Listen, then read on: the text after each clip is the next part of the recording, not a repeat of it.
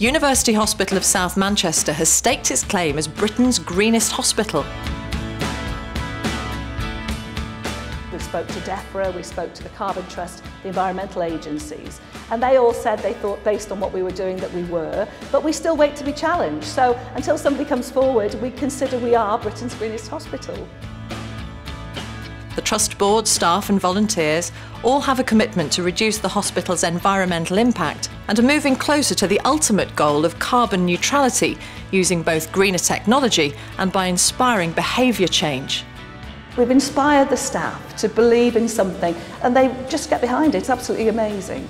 We turn off lights when they're not needed, we have computers on standby, on the day case section we turn everything off on the weekend, and we've got energy efficient light bulbs. We're also doing productive ward on all the wards, where we're trying to look at the role of the nurse, what we're using, what we're wasting. We've got signs up telling people to think about their energy efficiency, so we know that it saves money as well to be energy efficient, so it's something that everyone's very conscious of. This was the first hospital in the UK to install a 4 megawatt biomass plant, which has the capability of reducing CO2 emissions by 3,400 tonnes a year.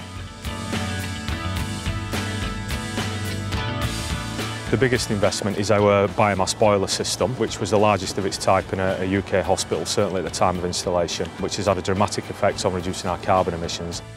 Running alongside that, we have invested in a range of wider infrastructure improvements, such as replacing the gas burners on the boilers. So all in all, we've spent over the last 3 or 4 years around £2.5 million on energy improvements.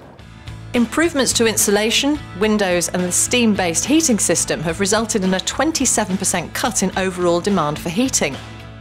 New lighting controls and behaviour change in the staff have further cut electricity use. Overall, CO2 emissions have been cut by 28%, and there have been financial savings of about £390,000 per year that can be spent on frontline patient services. After the hospital board had introduced the carbon management plan and new technologies had been installed, a range of highly visible green activities were started at the hospital to engage staff. So if you're in the car share scheme, you get priority parking by the gate. So people love that. And also it means that we're reducing our carbon footprint as a hospital. We're very proud of our bike scheme because what we've been able to do, we work very closely with the police. So when bikes are left abandoned or staff here don't need them anymore, we've got a volunteer who comes in on a Thursday and he makes them fit for purpose. And then we're able to give them to staff to ride into work. We've also got a cycle club now which goes out. That's really exciting because we're able to take people from the community. In fact, we have a tandem bike and we take one of the blind residents who's never been out before and he comes on the bike, which I think is quite phenomenal, to be honest.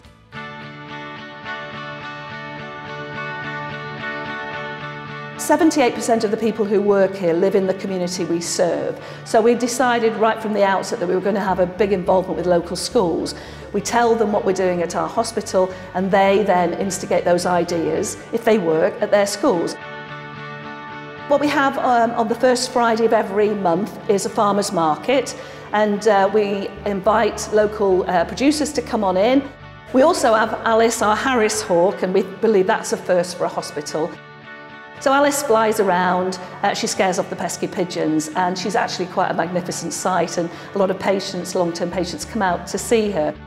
And then we've also got our own bee colony at a farm about 2 miles up the road, because obviously we wouldn't bring them on site. And we're just about to harvest our first batch of honey, which is very exciting. Putting that alongside messages about health and healthier lifestyles brings the two things together and really makes sense for people about how to really get ahead and how to make sure there's benefit not only for the environment but for themselves as well. On the clinical side, we're doing all the right things, but this is an add-on. This is something that we can all be very proud of, that we can all do ourselves. We can't all be doctors and nurses, but we can all be green. We're a typical hospital, albeit larger than most, so if we can do it, anybody can.